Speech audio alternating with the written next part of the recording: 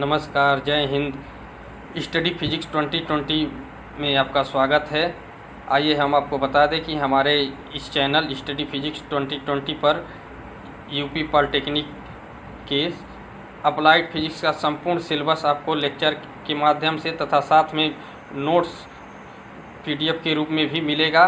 इसके लिए आप इस चैनल को सब्सक्राइब कीजिए और ताज़ा नोटिफिकेशन पाने के लिए बेल आइकन को भी प्रेस कीजिए। तो आइए शुरू करते हैं।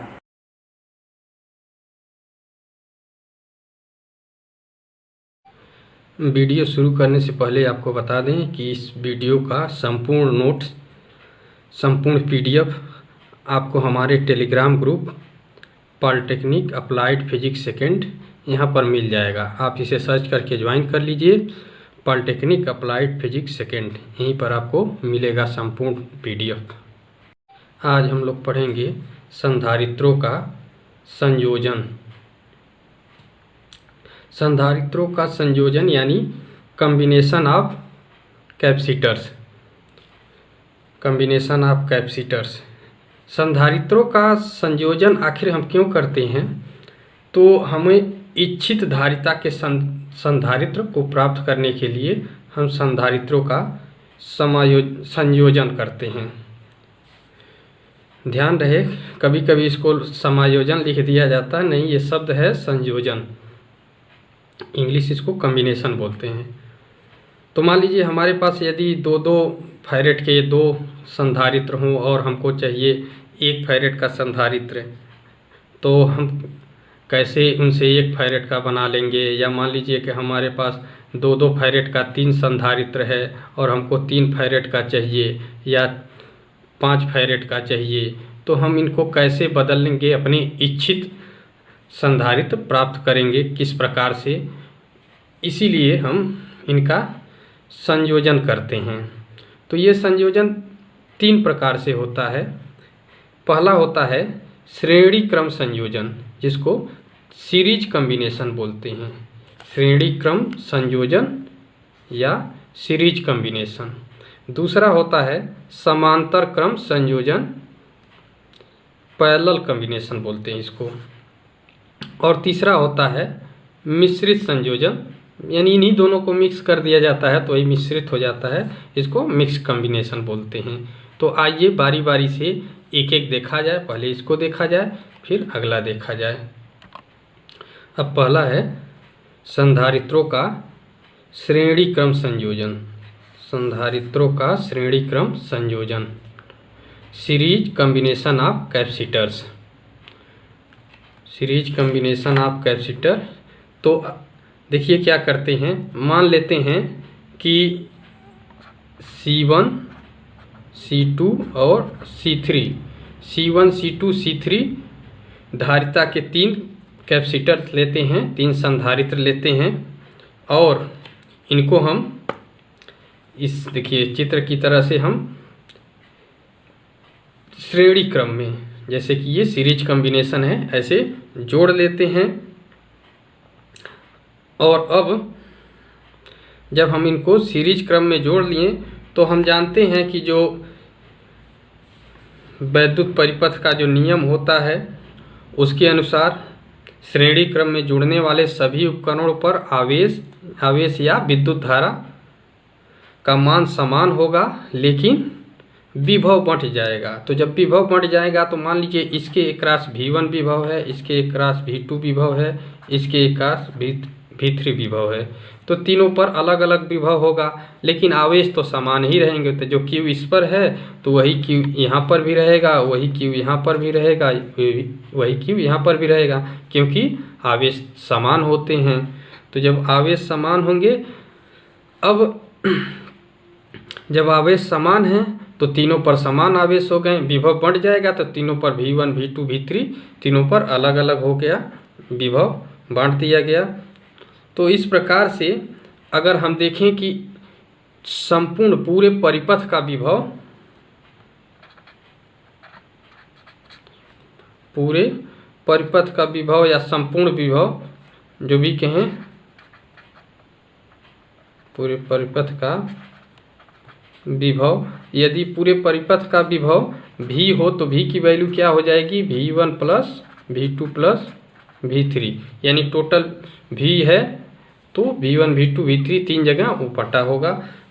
और यहाँ से हम लोग जानते हैं कि V बराबर क्या होता है, ये Q बराबर CV से क्या होगा, V बराबर क्या हो जाएगा, Q अपान V हो जाएगा, oh sorry Q upon C हो जाएगा, V नहीं है, ये Q अपान C हो जाएगा।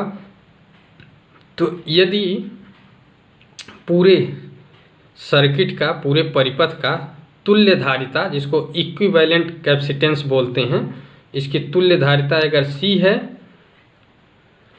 तो इसके लिए क्या हो जाएगा, देखिए V1 की वैल्यू इस हिसाब से Q अपान C1 आ जाएगी, V2 की वैल्यू Q अपान C2 आ जाएगी, इसी तरह से V3 की वैल्यू क्या आ जाएगी, Q अपान C3। अगर तुल्य धारिता C है तो यहाँ से हम कह सकते हैं कि यहाँ से देखिए इन सब का मान रख दीजिए, तो Q upon C equal to क्या हो जाएगा, Q upon C1, Q upon C1 plus Q upon C2 plus Q upon C3। तो यहाँ से देखिए अब दोनों साइड Q है तो Q कॉमन ले लीजिए, तो Q upon C equal to क्या हो जाएगा, तो ये हो जाएगा Q कॉमन ले लीजिए तो वो हो जाएगा 1 अपान C1 प्लस 1 अपान C2 प्लस 1 अपान C3। देखिए यहाँ से Q कट जाएगा और यहाँ से 1 अपान C की वैल्यू आ गई 1 अपान C1 प्लस 1 अपान C2 प्लस 1 अपान C3। तो इस तरह से हमें तुल्य धारिता का मान मिल गया। और अब ध्यान से देखा जाए तो ये जो 1 अपान C है, ये 1 अपान C1, 1 अपान C2, 1 अपान C3 इसके योग के बराबर है। तो यहाँ से ये भी देखा जाए कि अगर इसको श्रेणी क्रम में जोड़ा जाए तो जो तुल्य धारिता होगी, इसमें सबसे छोटी जो धारिता होगी उससे भी कम इसका मान आ जाएगा। तो ये है आपका श्रेणी क्रम संयोजन, सीरीज कॉम्बिनेशन। अब अगला देखा जाए पैरेलल कॉम्बिनेशन। दूसरा है संधारित्रों का समांतर क्रम संयोजन। संधारित्रों का समांतर क्रम संयोजन, पैरेलल कॉम्बिनेशन ऑफ कैपेसिटर्स।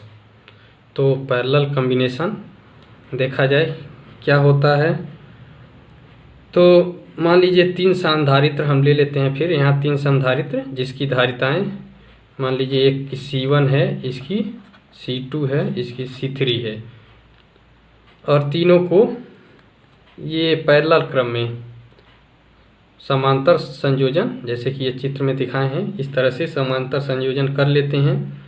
तो हम जानते हैं विद्युत परिपथ की या सरल परिपथ का नियम जिसको बोलते हैं, उससे हम जानते हैं कि जब समांतर क्रम में जोड़ा जाता है तो प्रत्येक उपकरण पर विभव का मान समान होता है। यानी यहाँ से लेकर के जो यहाँ तक है, ये पूरे बिंदु पर जो पोटेंशियल होगा वो यहाँ से यहाँ तक पोटेंशियल समान होगा।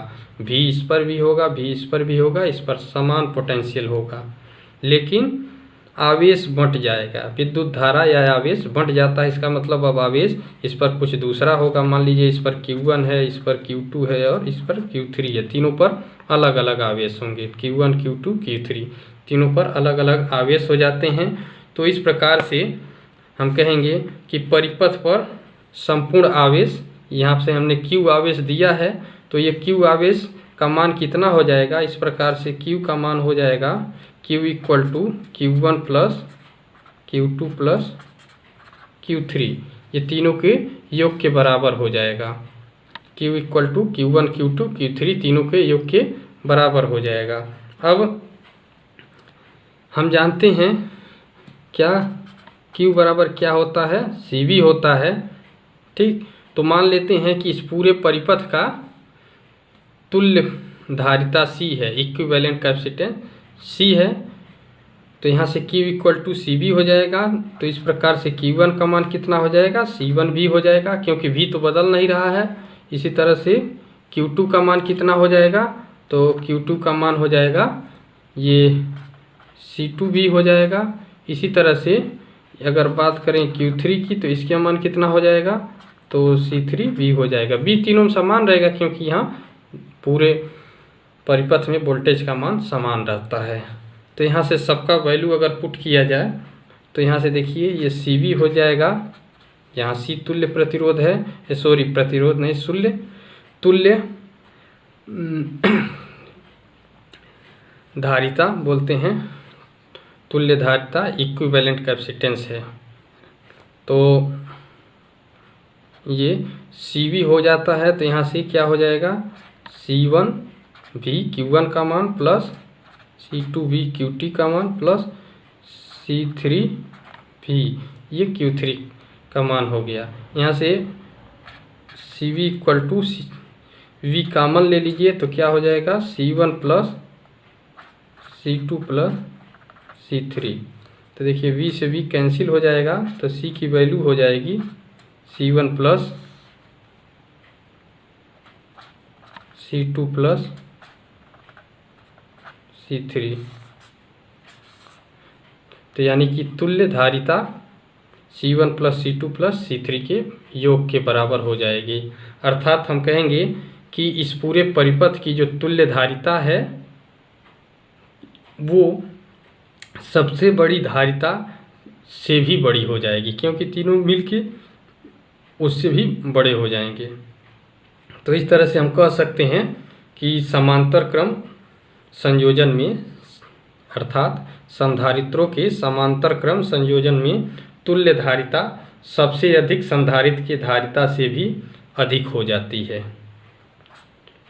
तो वीडियो कैसा लगा आप कमेंट करके ज़रूर बताइए, और लाइक कीजिए, शेयर कीजिए, सब्सक्राइब कीजिए। धन्यवाद।